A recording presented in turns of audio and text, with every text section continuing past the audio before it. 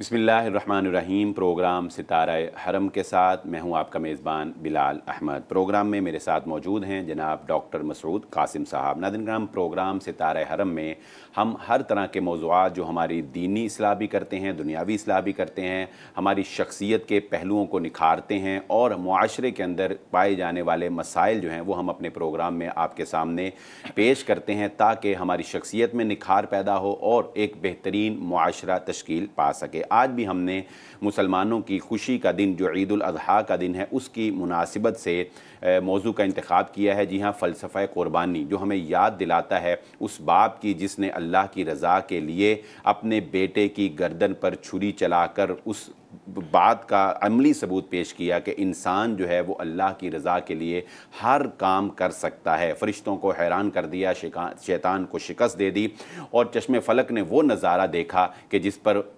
तमाम चरिंद परिंद जो थे वो भी हैरान थे कि इब्राहीम अलैहिस्सलातु वस्सलाम ने ये क्या कर दिखाया। और अल्लामा इकबाल ने भी इब्राहीम अलैहिस्सलातु वस्सलाम ने जो अल्लाह की रज़ा के लिए कमाल दर्जे की इताअत की है उस पर अल्लामा इकबाल ने भी ये कहा कि बेखतर कूद पड़ा आतिश नमरूद में इश्क, अक़ल है महवे तमाशा लबे बाम अभी। इसी के साथ प्रोग्राम का आगाज़ करते हैं। बहुत शुक्रिया डॉक्टर साहब, प्रोग्राम सितारा हरम में आपको खुशामदीद कहते हैं। डॉक्टर साहब, हमारे नाज़रीन को बताइएगा कि हज़रत इब्राहीम अलैहिस्सलातु वस्सलाम ने तो अल्लाह की रज़ा के लिए अपने बेटे की गर्दन पर छुरी चलाई, जो अल्लाह रब्बुल इज़्ज़त ने वहाँ पर एक दुम्बा जो है वो भेज दिया और उसकी गर्दन जो है वो कट गई। लेकिन इस सुन्नत को, सुन्नत इब्राहीमी को क़यामत तक उम्मत मुहम्मदिया में जो जारी कर दिया गया, इसके अंदर आप क्या समझते हैं? कुरान और सुन्नत की रोशनी में क्या हिकमत पिन्हा है? जी शुक्रिया बिलाल साहब, माशाल्लाह बड़ा अच्छा मौजू वक्त की मुनासबत से क़ुरबानी के अहकाम व मसाइल और उस हवाले से आपने इंतख़ाब किया है और यकीनन हमारे नाज़रीन को इसमें बड़ी रहनुमाई और इंसाइट इंशाअल्लाह हासिल होगी। हमारी ये कोशिश है और चैनल वालों के भी शुक्रगुज़ार हैं कि उन्होंने इस हवाले से इसका इंतख़ाब किया। सबसे पहली बात कि अहकाम व मसाइल में जो हमें जो चीज़ें हिकमतों के हवाले से हासिल होती हैं वो बात है नंबर एक, मैं कहता हूँ कि तक़र्रुब इलाही हासिल होता है। जिस तरह के बाकी इबादात का जो ख़ुलासा है, सिंथेसिस है, एक निचोड़ है, वो हासिल हमें तक़वा की सूरत में होता है, लिल्लाहियत और खशियत की सूरत में होता है। ऑन द सेम पैटर्न ये क़ुरबानी एक ऐसा अमल है जो हमें अल्लाह रब्बुल आलमीन के करीब करता है। जिस तरह के कुरान करीम में सूरह अनआम के आखिर में अल्लाह रब्बुल आलमीन फरमाते हैं, कुल इन्ना सलाती व नुसुकी व महयाया व ममाती लिल्लाहि रब्बिल आलमीन, कि बेशक मेरी नमाज, मेरी क़ुरबानी, मेरा ज़िंदा रहना और मेरा मरना सारे का सारा किसके लिए? अल्लाह के लिए। गोया नमाज भी हमारी और क़ुरबानी भी, क्योंकि ये वक्त हमें वही याद दिलाता है कि जिसमें हमने जिस तरह हम दीगर नमाज़ें पढ़ते हैं, नमाज ईद भी पढ़नी है हमने इंशाअल्लाह, और फिर क़ुरबानी करनी है। ये चीज़ सिखाती है कि ये चीज़ें अल्लाह रब्बुल आलमीन का मुक़र्रब बंदा एक मोमिन को बनाती हैं। फिर उसके साथ ये है कि यही क़ुरबानी अपने अंदर ये हिकमत पोशीदा रखती है कि इससे बंदा, देखिए मोमिन आदमी है, सुन्नत इब्राहीमी की याद ताज़ा होती है। जिस तरह कि आपने अपने इंट्रो में बड़े बेहतर और बड़े बलीगाना अंदाज में आपने इकबाल के शेर की मदद से वो बात समझाई है कि वाक़तन ऐसे ही है कि ये सुन्नत इब्राहीमी उस वक्त से लेकर आज तक, बल्कि रहती दुनिया तक इंशाअल्लाह ये ऐसे ही जारी व सारी रहेगी। फिर इसके ये है कि इससे, यानी यही क़ुरबानी एक ऐसा अमल है कि इससे आल औलाद पर कुशादगी रिज़्क के एतबार से भी होती है। मसलन मोमिन आदमी क़ुरबानी करता है कि जहाँ पे उसने गोश्त, जिस तरह कुरान करीम में आता है अतइमुल बाइसल फ़क़ीर अतइमुल क़ानिअ वल मुअतर, कि इनको जहाँ पे उसने इन चीज़ों की तकसीम करनी है, गोश्त को सदका करना है इन पर, वहाँ पे आल औलाद के लिए भी गोश्त जहाँ पे उसने क़ुरबानी करनी है तो उनके लिए भी एक हैंडफुल जो है उसकी मिक़दार वो घर वालों के लिए मौजूद होती है। तो गोया रिज़्क की सूरत में भी ये कुशादगी ये क़ुरबानी की सूरत में होती है। यहाँ पे ये बताइएगा हमारे नाज़रीन को कि बाज़ लोग ये समझते हैं कि क़ुरबानी का जो गोश्त है उसको 3 हिस्सों में तकसीम करना चाहिए। एक हिस्सा गरीबों के लिए, एक हिस्सा रिश्तेदारों के लिए और एक हिस्सा अपने घर के लिए। क्या शरीयत ने इस तकसीम की कोई पाबंदी आयद की है? देखिए बिलाल साहब, जो हदीस मुबारका में लफ्ज़ है ना, असल लोग अपने अपने उस हवाले से इंसाइट्स डेवलप कर लेते हैं। बात यह है, आप सल्लल्लाहु अलैहि वसल्लम ने फरमाया कुलू वद्दखिरू व तसद्दक़ू। आपने ये 3 अल्फाज फरमाए हैं। इसमें ये हरगिज़ मतलब नहीं है कि आप कंडा पकड़ लें, तराजू पकड़ लें तो उसके 3 हिस्से कर लें कि ये इतना मसलन 60 किलो गोश्त हमारे 3 जानवरों का बना है तो 20 किलो तो हमारा हो गया। ऐसी बात नहीं है। देखिए उलमा फुक़हा इतनी इजाज़त देते हैं, ये सहाबा किराम रिज़वानुल्लाहि अलैहिम अजमाइन से भी प्रेसिडेंट्स मौजूद हैं कि एक शख्स है कि उसके पास सारा साल गोश्त खाने की इस्तिताअत नहीं होती, अगर उस बेचारे ने हिस्सा डालकर कोई कुर्बानी कर ली, वो सारा खुद भी खा सकता है, वो सारा खुद भी खा सकता है, वो सारा सदका भी कर सकता है, वो 3 हिस्से कर ले तो हदीस पे अमल हो जाएगा। लेकिन ये अगर आप सोचें कि इतने इतने किलो करना है कंडे पे रख कर, तराजू पे रख कर, तो ये चीज़ सबूत के साथ मौजूद नहीं है। तो इसमें जहाँ पर ये हमने बात कर ली है कि ये 3 तरह जो है ना हमने तकसीम करनी है, तो इस हवाले से मेरा ख्याल है बेहतर रहनुमाई नाज़रीन को मिल जाए। डॉक्टर साहब ये भी बयान फरमा दें, अब तकसीम की बात हो रही है तो क्या शरीयत ये भी कहती है कि रान का गोश्त अपने पास रखें और अच्छा गोश्त जो है कीमे वाला वो अपने पास रखें और जो नहीं खाने वाला वो आप गरीबों में दे दें? देखिए ये बड़ा अहम मौजू है, आपने बड़ा अच्छा सवाल अभी पूछ लिया है। हम चाह रहे थे कि इसको आखिर में रखते ताकि गोश्त की तकसीम में बात होती। देखिए कुरान करीम में आयात कुरानियाँ हैं सूरह हज की, कुलू मिन्हा, खुद खाएँ उससे, हुक्म है, अमर का सीगा है। उलमा फुक़हा इसको समझते हैं। अतइमुल बाइस अल फ़कीर, खिलाएँ अल बाइस अल फ़कीर, तंग दस्त फ़कीर को भी खिलाएँ। कुलू मिन्हा, उससे खाएँ। अतइमुल क़ानिअ वल मुअतर, काने को भी खिलाएँ जो कनात करने वाला है, लिपट कर आपसे सवाल नहीं करता। अल मुअतर, उसको भी खिलाएँ जो लिपट कर सवाल करता है। हमें इस हवाले से ये आयात मद्देनज़र रखकर बिलाल साहब जो बात मिलती है ना वो बड़ी अहम है कि जो फ़कीर हमारे घर में आते हैं ना, उन्होंने सारा साल गोश्त नहीं खाया होता। हमारे शहर में तकरीबन जो रेट है ना जी फैसलाबाद में, वो 1100-1200 में अप्रॉक्सीमेटली रेट चल रहा है। अब वो बेचारा कहाँ से 1 किलो गोश्त लेगा? आप उनको दें, कुरान कहता है दें। हमने छिछड़े वगैरह जो वेस्टेज होती हैं हम उनको दे देते हैं, और शाम को क्या करते हैं, गाड़ी निकालते हैं, उसमें बड़ा सा टब रखते हैं, उसमें 10 राने रखते हैं, और जिन्होंने पहले ही 8-8, 10-10 बकरे किए होते हैं ना, उनके घर में राने दिए जाते हैं। ये कुछ जस्टिफाइड वे नहीं है। बुनियादी तौर पर देखिए, हमें अगर हमने उनको रान ना दी, अल्लाह ने हमसे पूछना नहीं है। लेकिन अगर हमारे घर से फ़कीर चला गया, अगर हमारे घर से लिपट कर सवाल करने वाला जो बेचारे कपड़े लेकर या बर्तन लेकर घर पे आगे बैठे रहते हैं कि हमें गोश्त दें, अगर वो हमसे खाली हाथ चला गया तो शायद हमारी कुर्बानी भी मशकूक हो जाएगी। नाज़रीन इकराम, डॉक्टर साहब की बात को मैं ज़रा खुलासा में आपके सामने पेश कर दूं। डॉक्टर साहब ने गोश्त की तकसीम के हवाले से ये बात पेश की है कि गोश्त की तकसीम करने के लिए शरीयत ने कोई पाबंदी आयद नहीं की कि उसे 3 हिस्सों में किया जाए या 4 हिस्सों में किया जाए। जो शख्स सारा साल गोश्त खाता है, जिसको अल्लाह ने इतने वसाइल दिए हैं कि सारा साल गोश्त खाता है, उसे चाहिए कि वो अपना सारा गोश्त जो है वो तकसीम कर दे। हाँ, अगर कोई ऐसा शख्स है जिस बेचारे के आम रूटीन में गोश्त पकाना मुश्किल है, लेकिन उसने हिम्मत करके पैसे जमा करके कर्ज पकड़कर कुर्बानी कर ली है, तो अगर वो सारा गोश्त अपने पास भी रख लेता है तो इसमें कोई मुज़ाइक़े वाली, कोई गुनाह वाली बात नहीं है। और अजीज़ व अक़ारब और जो अक़रबा हैं उन तक पहुँचाना या उनकी दावत करना, ये भी बहुत अहम उमूर में से है। अतिमुत ताम नबी सल्लल्लाहु अलैहि वसल्लम की इब्तदाई तालीमात में से है, तो इसका भी ख्याल जो है वो रखना चाहिए। और दूसरी बात, डॉक्टर साहब ने बड़ी अहम तवज्जो दिलाई हमारे एक सवाल करने पर कि अल्लाह ताला कुरान मजीद में भी फरमाते हैं कि लन तनालुल बिर्रा हत्ता तुनफ़िकू मिम्मा तुहिब्बून, तुम उस वक्त तक नेकी का जो असल मयार है ना नाज़रीन इकराम, जो नेकी की रूह है, वो तुम नहीं पा सकते जब तक कि तुम अपनी पसंदीदा चीज़ जो है वो अल्लाह के रास्ते में खर्च नहीं करते। तो हम अच्छा गोश्त, रान का गोश्त और गर्दन का गोश्त या जो हमें गोश्त पसंद है वो अपने पास फ्रीज़र में जो है वो जमा कर लें, और जो वो गोश्त है जो हम खाना पसंद नहीं करते वो हम गुरबा और मसाकीन को या अपने अकरबा को भेज दें। नाज़रीन इकराम, ये वो अल्लाह रब्बुल इज़्ज़त की खुशनुदी हासिल करने वाली बात नहीं है। इससे एक फ़ॉर्मेलिटी तो पूरी हो सकती है, लेकिन अल्लाह की रज़ा हासिल करना इससे मुश्किल है, क्योंकि अल्लाह की रज़ा तभी मिलेगी जब इंसान नेकी पाने के लिए, अल्लाह रब्बुल इज़्ज़त की रज़ा हासिल करने के लिए अपनी पसंदीदा चीज़ जो है वो अल्लाह के रास्ते में खर्च करता है। यहाँ पर वक्त हुआ चाहता है एक ब्रेक का, हमारे साथ रहिएगा, हाज़िर होते हैं इंशाअल्लाह ब्रेक के बाद।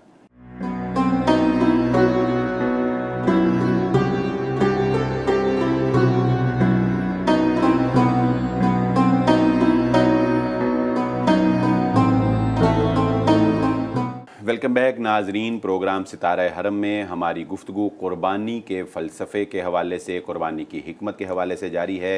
ये वो मंज़र था जब एक बेटे ने एक बाप की ताबेदारी करते हुए उसके सामने अपनी गर्दन को पेश कर दिया और बाप ने उसकी गर्दन पर छुरी चला डाली। नाज़रीन इकराम, ये फैज़ान नज़र था या मकतब की करामत, सिखाए किसने इस्माइल को आदाब फ़र्जंदी। डॉक्टर साहब से हमारी गुफ्तगू जारी है। डॉक्टर साहब फरमाइएगा, कुर्बानी करने वाला जो शख्स है, क्या शरीयत ने उसकी कोई शराइत मुंतखब की हैं? जी, देखिए, कुर्बानी करने वाला शख्स, वो कुर्बानी का जो मसाइल हैं, ये इस बात में कोई दो राय नहीं है कि इसमें सबसे पहली शर्त वही है जो एक कॉमन सेंस की बात है कि जो शख्स मुसलमान हो, ईमान वाला हो, रासिखुल अक़ीदा हो और इत्तिबाए सुन्नत रसूल सल्लल्लाहु अलैहि वसल्लम का दावेदार हो, कुर्बानी उसी ने ही करनी है। गैर मुस्लिम ने तो कुर्बानी नहीं करनी। जो शख्स सुन्नत को कोई अहमियत ही नहीं देता, उसके लिए सुन्नत रसूल सल्लल्लाहु अलैहि वसल्लम कोई हैसियत ही नहीं रखती, तो उसके लिए कुर्बानी भी कोई माने और हैसियत नहीं रखती।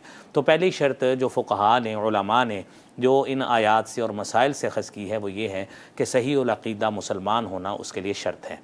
दूसरी शर्त, वो भी अहादीस से ही उससे मसला जनरेट किया गया है, वो इस एतबार से कि जिस तरह के नबी करीम सल्लल्लाहु अलैहि वसल्लम ने फ़रमाया है, जिस तरह सैयदा उम्मे सलमा रज़ियल्लाहु ताला अन्हा की रिवायत है कि इदा रआ अहदुकुम हिलाल ज़िल हज्जा, कि तुम में से कोई शख्स ज़िल हज का चाँद देखता है और व अराद अहदुकुम अन युज़ही, और कुर्बानी करना चाहता है, फ़ला याख़ुज़ मिन शारिही वला मिन अज़फ़ारिही, तो अपने जिस्म के बाल वो उनको ना काटे और ना ही अपने नाखून काटे। तो इन शराइत को वो पूरा पहले करे ताकि उसने कुर्बानी करनी है, तो लिहाजा इनको वो मलहूज़ रखे। ये इब्तिदाई बात है जो फ़ुक़हा ने अर्ज़ की है। डॉक्टर साहब, यहाँ पे एक बात की वजाहत नाज़रीन के लिए चाहूँगा। ये तो आपने वो बता दिया कि जिसने कुर्बानी करनी है उसकी ये शर्त है। अगर जिसने कुर्बानी नहीं करनी, क्या वो भी अपने बाल और नाखून ना कटवाए? नहीं, ये देखिए, कुर्बानी करने का इरादा तो हर शख्स ही रखता है। देखिए ना, हर शख्स का ही इरादा होता है। वो तो एक ऑटोमेटिकली कोई ऐसा इंसिडेंटली कोई ऐसा वाक़या बन जाता है कि उसके पास फाइनेंस का एहतमाम नहीं हो सका या उसको कोई जानवर नहीं मिल सका, तो मसाइल तो सब के लिए ही एक ही तरह के हैं कि उन्होंने भी पाबंदी उसी तरह ही करनी है। और डॉक्टर साहब, यहाँ पे दूसरी बात ये भी हमारे नाज़रीन को बता दीजिएगा कि कुर्बानी जो है वो घर का सरबराह कर रहा है। जी, ठीक है, तो वो कुर्बानी ज़ाहिर है कि पूरे घर वालों की तरफ से हो जाएगी। तो ये जो नाखून ना कटवाने और बाल ना तरशवाने वाली जो पाबंदी है, क्या ये सिर्फ घर का सरबराह इसकी ख्याल करेगा इसका, या सारे घर वाले जितने भी बालिग बच्चे हैं वो और ख़वातीन हैं वो भी इसका ख्याल करेंगे? देखिए, ये बड़ा अहम मसला है और नाज़रीन की मैं तवज्जो इस हवाले से चाहूँगा कि ये मसला उमूमन लोग सरफ़ नज़र इससे कर जाते हैं। देखिए, कुर्बानी करना जो है वो घर के सरबराह ने करनी होती है, लेकिन उस कुर्बानी में शामिल घर के सारे लोग होते हैं। हत्ता कि फ़ुक़हा उलमा तो यहाँ तक कहते हैं कि जो बच्चे छोटे हैं ना, जो नाबालिग हैं, वो भी उसमें शामिल हैं और वालिदैन को चाहिए कि उनका भी ये बाल नाखून का एहतमाम जो है ना वो इस एतबार से करवाएँ, वो शामिल है पाबंदी में। कि जिस तरह कुर्बानी वाले ने पाबंदी करनी है, कुर्बानी में ये घर वाले ज़ौजा भी शामिल है, बीवी शामिल है, बच्चे शामिल हैं, बच्चियाँ शामिल हैं, तो उनसे भी ये पाबंदी करवाएँ। जी। अच्छा डॉक्टर साहब, दूसरा ये बयान फरमाइएगा कि जानवर जब आप मंडी में ख़रीदने जाते हैं तो ज़ाहिर है वहाँ हर तरह के जानवर जो हैं वो बेचने के लिए लोग आए होते हैं, और जो व्यापारी हैं, बेचने वाले हैं, वो तो इस बात का कोई इतना ज़्यादा ख्याल नहीं रखते कि हम वही जानवर लेकर जाएं जो कुर्बानी के लिए मौजू हों, बल्कि वो उनकी कोशिश होती है कि बीच में एक आधा जानवर जो है वो ऐसे भी चल जाए। तो आप क्या सजेस्ट करते हैं हमारे नाजरीन के लिए कि जब वो मंडी में कुर्बानी का जानवर ख़रीदने जाएँ तो शरीयत की रोशनी में किन चीज़ों को देखकर, कौन सी शराइत हैं जिनको देखकर वो कुर्बानी का जानवर जो है वो ख़रीदें? जी, बड़ा अहम मसला है और बुनियादी तौर पर ये सिंथेसिस है हमारे आज के इस मौजू का कि इसमें सबसे पहले जो हमने कुर्बानी करनी है उस हवाले से तो हमें क्लैरिटी होनी चाहिए कि हमने करना क्या है। देखिए, सूरह हज में अल्लाह रब्बुल आलमीन फरमाते हैं, वलिकुल्लि उम्मतिन जअलना मनसकन लियज़कुरु इस्मल्लाहि अला मा रज़क़हुम मिन बहीमतिल अनआम, कि हर उम्मत के लिए हमने कुर्बानी के तरीके मुकर्रर किए हैं उन चीज़ों पर जो अल्लाह ने उनको रिस्क दिया है बहीमतुल अनआम से। अब सबसे पहली बात है कि जो यहाँ पे भी सूरह हज में भी आया है और सूरह माइदा के आगाज़ में भी है, उहिल्लत लकुम बहीमतुल अनआम, कि तुम्हारे लिए पालतू चौपाए जो हैं वो हलाल है। अब ये बहीमतुल अनआम की तशरीह क्या है? बहीमतुल अनआम की जो उमूमी तशरीह जो एक्सेप्टेबल है फ्राम ऑल द सेक्ट्स, उनके यहाँ from all the schools of thoughts, तो उनके लिए ये है कि जो सूरह अनआम में अल्लाह रब्बुल आलमीन ने फरमाया है कि वमिनल इबिल इस्नैन वमिनल बकर इस्नैन, के ऊँट से दो और गाय से दो और इसी तरह भेड़ से दो और बकरी से दो, यानी मुज़क्कर और मुअन्नस, ये टोटल 8 जानवर हो गए। इसको समानियता अज़वाज ताबीर किया गया है कि इनसे कुर्बानी जो है ना वो होगी। तो अब यकीनन कि हम मुसलमानों को इस हवाले से जो एक यूनानिमसली सब मुसलमानों का इत्तेफाक है, सबसे पहले इस पर कोशिश करनी चाहिए कि इन जानवरों में से ढूंढें, ये पहली शर्त है। फिर उसके बाद नबी करीम सल्लल्लाहु अलैहि वसल्लम ने फरमाया कि जानवर की कैटेगरी तो अब बता दी, अब जानवर की उम्र भी उसमें बड़ी अहम जो है ना वो है कि उसमें इस चीज़ को भी देखा जाए।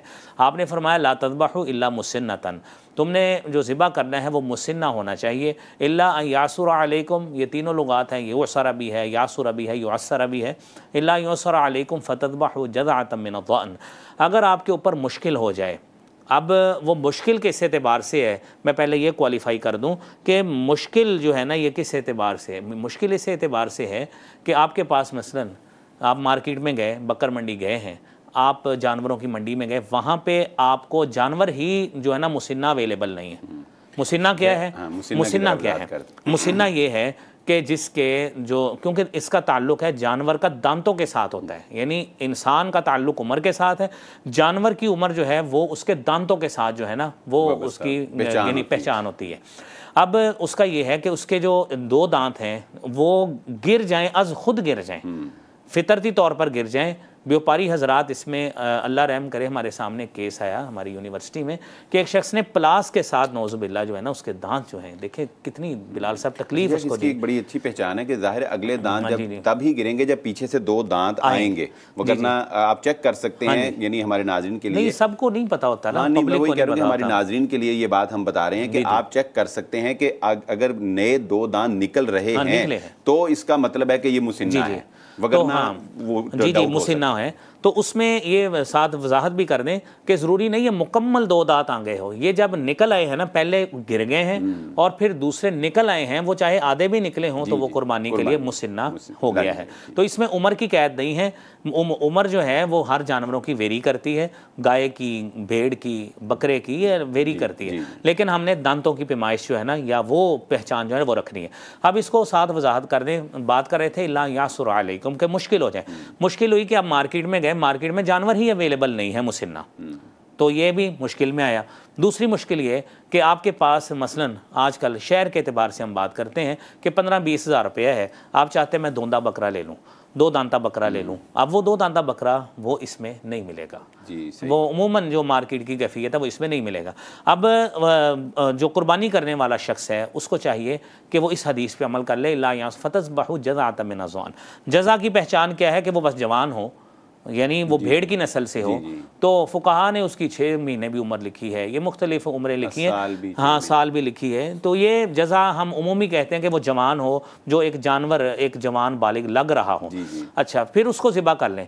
यहाँ पे बिलाल साहब एक इंतहाई अहम वजाहत वो ये है कि आपके पास 50,000 लाख रुपया मौजूद है, आपके सामने 2 दांता बकरा मौजूद है, 2 दांता बकरा मौजूद है, आपको आप चाह रहे हैं कि वो ले लें, लेकिन आपको एक भेड़ अच्छी लग गई, भेड़ की नस्ल से जानवर अच्छा लग गया और वो 2 दांता नहीं है, ठीक है, आप चाहते हैं कि मैं बकरे की बजाय ना वो ले लूं क्योंकि मुझे अच्छा बहुत लग रहा है, ये हदीस के मुखालिफ है, क्योंकि 2 दांता जानवर आपके लिए मुश्किल है नहीं है, वो जानवर मौजूद था वो लेते, यहाँ पे आपकी वो कुर्बानी जो है वो कबूल नहीं होनी, वो खीरे वाली, वहाँ पे 2 दांता जब मौजूद है ना तो वो 2 दांता ही आप करेंगे। बहुत शुक्रिया डॉक्टर साहब। नाज़रीन, आपने जाना कि कुर्बानी के लिए बड़ी अहम चीज़ जो डॉक्टर साहब ने बताई है, जिसे हम आम अपनी ज़ुबान में दोंदा जानवर कहते हैं, 2 दांता, यानी जिसके 2 दांत सामने वाले गिर चुके हों और नए दांत जो हैं वो निकल रहे हों, वो जानवर जो है वो कुर्बानी के लिए लगता है। और जिसे हम अपनी ज़ुबान में छतरा या भेड़ कहते हैं, वो उस सूरत में जब आपको 2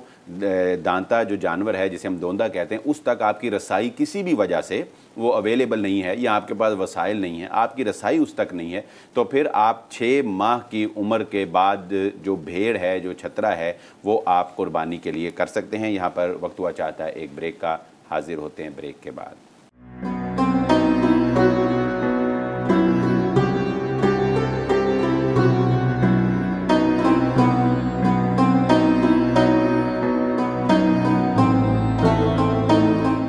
वेलकम वेलकम बैक नाजरीन। प्रोग्राम सितारा हरम में हमारी गुफ्तगू जारी है कुर्बानी के मसाइल के हवाले से। डॉक्टर साहब ने बड़ी अच्छी वजाहत जो है वो कुर्बानी का जानवर ख़रीदने में जिन बातों का ख्याल रखना चाहिए उसके एतबार से हमारे सामने रखी है। डॉक्टर साहब ये फरमाइएगा हमारे नाजरीन के लिए कि देखें, अल्लाह रब्बुल इज़्ज़त जो है वो ऐब वाली चीज़ को पसंद नहीं करता, नक्स वाली चीज़ को पसंद नहीं करता, बुरे माल को अल्लाह रब्बुल इज़्ज़त पसंद नहीं करता कि इंसान बुरा माल, ऐब वाली चीज़ अल्लाह के रास्ते में खर्च करे। तो क्या कुर्बानी करते हुए भी शरीयत ने ऐसी कोई पाबंदी आयद की है कि कुर्बानी के जानवर में ये अयूब नहीं होने चाहिए?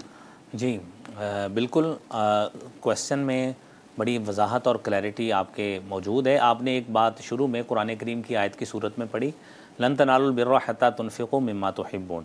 नेकी का सिंथेसिस और जौहर उस वक्त तक नहीं हासिल हो सकता जब तक इंसान पसंदीदा तरीन चीज़ अल्लाह के रास्ते में खर्च नहीं करता। तो पसंदीदा तरीन चीज़ जो है वो नाकिस नहीं होती। बिल्कुल बिल्कुल। तो अब क्या है, इसमें दो हदीस हैं। एक हदीस में है जो मारूफ़ हदीस है, आपने फरमाया अरबाउन ला तजूज़ु फ़िल अज़ाही, चार चीज़ें कुर्बानी में जायज़ नहीं हैं। अल-औरा बय्यिनुन आवरुहा वल मरीदा बय्यिनुन मरदुहा, के जो मतलब आँख से जो काना जानवर है जिसकी ये कानापन वाज़े हो रहा हो वो भी जायज़ नहीं है।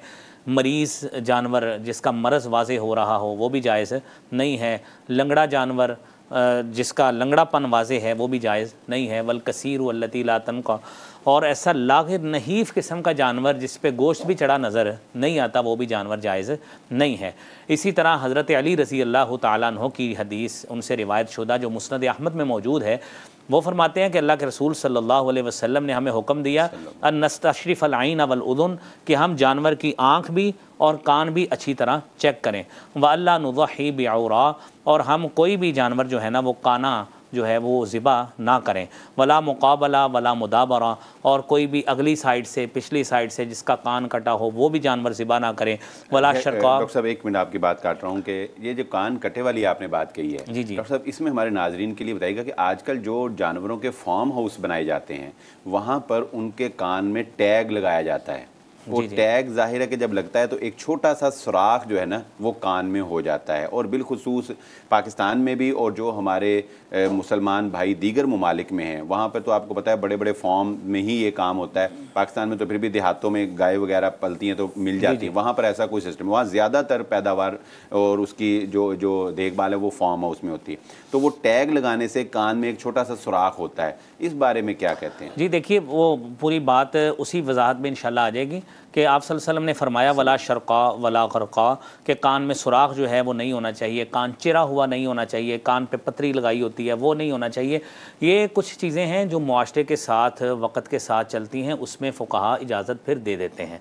मसलन ये है पहचान के लिए, क्योंकि कसीर तादाद में जानवर होते हैं फार्म हाउस में, फिर उसमें किसी मरीज़ की लागिर की पहचान भी रखनी है, नंबर लगे होते हैं, टैग लगे होते हैं, तो वो जो छोटा सा जो चीज़ है ना तो उसकी फ़ुक़हा इजाज़त दे देते हैं कि इसमें कोई हरज नहीं है, वो वक़्त की ज़रूरत है, तो इसमें वो मसला नहीं है।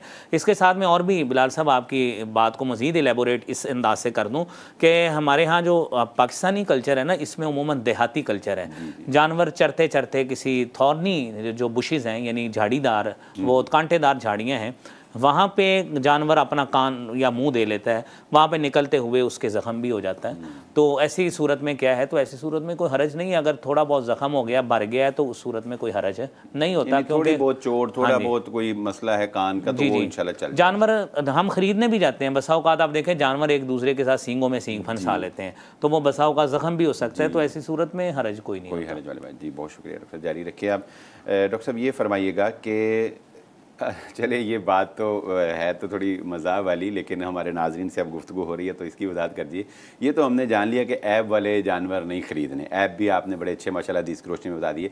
तो क्या ये ज़रूरी है कि जानवर का वज़न करके फिर उसका मुकाबला करवाया जाए और फिर देखा जाए कि ये मेरा जानवर जो है ये अव्वल नंबर पर आया है और 5 लाख इसकी कीमत लगी है, और फिर साथ एक टीवी चैनल वाले को भी बुला लिया जाए और उसको कहा जाए कि ये अलहाज साहब जो हैं इन्होंने पूरी मंडी का सबसे महंगा जानवर इन्होंने ख़रीदा है और ये इतने लाख का है और इसका वज़न जो है मुकाबले में ये फर्स्ट आया है। ये क्या कुर्बानी के साथ हम कर रहे हैं? कॉमन सेंस की बात है, हर शख्स जानता है कि ये चीज़ें शरीयत में इसकी इजाज़त है, उलमा फ़ुक़हा कभी भी नहीं देते। वैसे भी ये रियाकारी के ज़ुमरे में आता है, तो इस चीज़ से परहेज़ करना चाहिए। लेकिन इसके साथ साथ जो पहली बात है ना, मैं उसकी एक्सटेंशन थोड़ी सी जोड़ दूँ कि हम लोग कुर्बानी का जानवर कितने ऐब देखते हैं कि ये ना हो वो ना हो। कभी हमने मुआशरे के लोगों ने यह भी गौर किया कि हमारी रकम में कोई ऐसा रकम तो नहीं है जो हमने झूठ से कमाई है। प्यारी बात, बहुत झूठ से कमाई है, हमने बहनों का हिस्सा विरासत में मारा है। अच्छा। हमने लोगों के साथ मतलब झूठ बोलकर फ्रॉड करके किसी को डिसीव करके जो है हमने ये रकम कमाई। तो ये कितने जो अनफेयर मीन्स हैं जो हम फाइनेंस करते हैं, हासिल करते हैं, कमाई करते हैं, इनकम लेते हैं, तो उसमें हमें कभी भी गौर नहीं हुआ कि जिस काम को हम अपने ऊपर लगा रहे हैं, हालांकि वाज़ेह हदीस मौजूद है कि ऐसी तो इबादत भी कबूल नहीं होती। तो हमें ये सोचना चाहिए। ये नहीं, आपके कहने का बहुत अच्छा आपने पॉइंट जो है हमारे नाज़रीन के लिए रखा कि सिर्फ जानवर को यूब से पाक नहीं करना, अपनी जो कमाई है उसको भी रिज़्क़े हराम से पाक करना है, अपनी कमाई जो है उसको भी हलाल करना है। अल्लाह रब्बुल इज़्ज़त हलाल माल ही कबूल करता है। अल्लाह ताला हराम माल से किया हुआ सदका, हराम माल से की हुई नेकी जो है वो भी अल्लाह रब्बुल इज़्ज़त कबूल नहीं करता। और नाज़रीन किराम, हमारे डॉक्टर साहब ने बड़ी प्यारी वज़ाहत की कि ये जो मंडियों में एक मुकाबला हमने कुर्बानी के साथ रखा हुआ है कि ये जानवर जो है सबसे ज़्यादा वज़नी है, इसको इतना इनाम मिला, और फिर बताया जाता है कि जी फ़लाँ जो है वो उसने सबसे महंगा मंडी का जानवर जो है वो ख़रीदा है। ये सब शरीयत की रूह जो है उसके ख़िलाफ़ है। डॉक्टर साहब ये फरमाइएगा, कुर्बानी के आदाब, कुर्बानी के आदाब क्या हैं, उस पर ज़रा रोशनी डालिए। जी देखिए, नबी करीम सल्लल्लाहु अलैहि वसल्लम ने कुर्बानी खुद फरमाई है, आपने अपने हाथों से की। हम आदाब को डिस्कस करते हैं। सबसे पहली बात, नबी अकरम सल्लल्लाहु अलैहि वसल्लम से हज़रत अनस रिवायत करते हैं कि आपने फरमाया कि इन्ना अव्वला अमरिना फ़ी यौमिना हादा, कि आज के दिन जो पहला काम हम ये करेंगे, अन्नुसल्लिया, हम नमाज़ पढ़ेंगे, सुम्मा ननहर, फिर हम कुर्बानी करेंगे। मन फ़अल हादा फ़क़द अस्वाब सुन्नतना, जिसने ये काम किया उसने गोया हमारी सुन्नत को पा लिया। तो इसका मतलब ये हुआ कि पहले नमाज़ पढ़नी है, जो नबी सल्लल्लाहु अलैहि वसल्लम की जो हदीस है, जो स्पिरिट है, जो आपने ख़ुद काम करके दिखाया। नमाज़ पढ़ने के बाद आपने कुर्बानी की। यहाँ पे बिलाल साहब एक इंतहाई अहम वजाहत हमारे शहर के लोगों के लिए, उमूमन लोग इसमें गलती करते हैं। देखिए, जहाँ पे एक घर में सरबराह की तरफ से कुर्बानी होती है, देखिए सरबराह की तरफ से कुर्बानी है, तो सरबराह ने अभी ईद नहीं पढ़ी, ठीक है। हमारे शहर में ना जी मुख्तलिफ मौक़े पे ये है कि ये ईद इतने बजे है, ये ईद इतने बजे है, ये औकात मुख्तलिफ हैं। घर का सरबराह कह रहा होता है कि बेटा आपने इतने बजे वाली ईद पढ़नी है, सबसे पहले वाली, मैं 7 बजे वाली पढ़ूंगा, मेरे आने से कबल आपने जो है ना मेरा जानवर ज़िबा करवा लेना है। अब मुझे ये आप बिलाल साहब ख़ुद बताएं कि इस हदीस के मुताबिक जो आप सल्लल्लाहु अलैहि वसल्लम ने फरमाया है कि पहला जो काम है हम नमाज पढ़ेंगे फिर कुर्बानी करेंगे, सरबराह ने तो कुर्बानी। नहीं डॉक्टर, ये आपकी ज़्यादती है। अब कसाई ना मिले तो फिर बंदा क्या क्या करे। नहीं, अब कसाई के लिए वो बाप बेचारा कहता है कि तू पहले पढ़ ली ताकि कसाई जो है वो फटाफट पकड़ कसाई नहीं है, हमारा बकरा। बहरहाल फुक़हा उलमा इसकी इजाज़त नहीं देते, लेकिन कसाई तो ये जस्ट फॉर फन अगर बात कर दी वो अलग बात है। लेकिन सरबराह की तरफ से कुर्बानी है। अगर सरबराह ने ईद नहीं पढ़ी तो उस हदीस के मुताबिक वो पूरा नहीं उतरा, तो इसलिए उसको चाहिए वो पहले ईद पढ़े, वो पहले, हाँ, वो पहले ये आपकी बात है। हाँ, उसको चाहिए वो पहले पढ़े, वो बच्चे को ना पहले पढ़ाए कि वो बच्चे को कहे आप पढ़ाएं तो आते हुए ये काम कर लें। एक बात, बहुत शुक्रिया डॉक्टर नाज़रीन। डॉक्टर साहब ने एक बड़ी अच्छी वजाहत की है कि घर का सरबराह जब ईद की नमाज पढ़ लेगा उसके बाद जब कुर्बानी होगी तो वो कुर्बानी सुन्नत के मुताबिक दुरुस्त होगी। जी डॉक्टर साहब जारी रखिए। जी, उसके बाद देखिए कुर्बानी के आदाब के हवाले से आपने बात की, तो इसमें बड़ी अहम बात है जो जुंदुब बिन अबी सुफ़ियान रज़ी अल्लाह तआला अन्हु वाली रिवायत है कि आप सल्लल्लाहु अलैहि वसल्लम ने कुछ लोगों को पाया जिन्होंने नमाज से पहले कुर्बानी कर ली। तो ये उसी से ही कॉन्ट्राडिक्ट कर रही है बात जो हमने पहले मसला बयान किया है ना, तो उसी हवाले से ये अदब को मलहूज़ रखना है कि पहले नमाज फिर कुर्बानी। फिर उसके साथ ये है, नबी सल्लल्लाहु अलैहि वसल्लम ने फरमाया इन्नल्लाह कतबल इहसान अला कुल्लि शै, कि अब जब आपने कुर्बानी करनी है ना तो जानवर के लिए छुरी का भी तेज़ का अहतमाम करना है। वो कैसे? हमारी शरीयत का देखें बिलाल साहब कितना प्यारा हुक्म है। फरमाया इन्नल्लाह कतबल इहसान अला कुल्लि शै, अल्लाह ताला ने हर चीज़ पर एहसान लिख दिया है। फ़ैदा क़तल तुम फ़ासिनुल क़ितला, जब आप कत्ल करें अच्छी तरह कत्ल करें। वैदा ज़बह तुम फ़ासिनुल ज़िबहा, ज़िबा करें अच्छी तरह ज़िबा करें। वलियुहिद्द अहदुकुम शफ़रतहु, जो भी तुम में से कुर्बानी करना चाहे उसको चाहिए छुरी को तेज़ करे, वलियुरिह ज़बीहतहू, और अपने ज़बीहा को राहत पहुँचाए। छुरी तेज़ ना हुई, जानवर तकलीफ़ में मुब्तला होगा। तो हमारी शरीयत ने कितना प्यारा अदब जो है वो इसमें बताया है कि आपने ये काम नहीं करना। फिर उसमें एक अहम बात ज़िबा के हवाले से बिलाल साहब, बहुत ही अहम बात है, वो अमूमन छोटे जानवरों में होती है। इसकी वजाहत हमारे नाजरीन के लिए इंतहाई ज़रूरी है कि हमारे यहाँ जानवर को जब प्रोफेशनल जो बुचर्स हैं, कसाई हैं, वो ज़िबा करते हैं तो वो क्या करते हैं, मसलन आपके घर में 3 बकरे हैं, 4 बकरे हैं, वो क्या करेंगे, एक बकरे को छुरी फेरी और उसके साथ ही ऊपर दूसरा, फिर तीसरा, चौथा, और साथ ही आपको बताएंगे कि देखा है मेरी कारागरी, मैंने बकरा हिलने भी नहीं दिया। हालांकि ये सुन्नत के ख़िलाफ़ है। नबी करीम सल्लल्लाहु अलैहि वसल्लम की जो तालीमात से बात मिलती है कि जानवर हाथ पाँव मारे और उसकी रगों से जो असल खून है वो निकले, और जब वो खून निकले तड़प तड़प कर, तब वो उसके जिस्म से सारा खून निकलेगा। ये झटका लगाकर जो है ना, ये उसके दिमाग का कनेक्शन जो है वो ख़त्म कर देते हैं।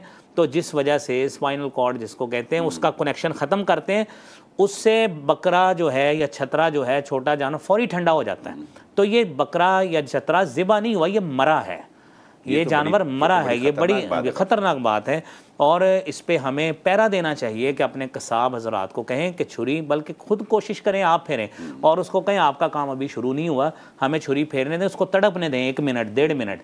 जब वो ठंडा हो जाए तो फिर उसका जो है ना अगला काम शुरू करें। ये तो 10 सेकंड के बाद वो जानवर हिलता ही नहीं है, उसका अंदर वाला खून अंदर ही रह जाता है। तो जो सेहत के लिए भी जो है वो माने हैं, और वैसे भी जो बकरा हमने मारा है वो ज़िबा नहीं किया।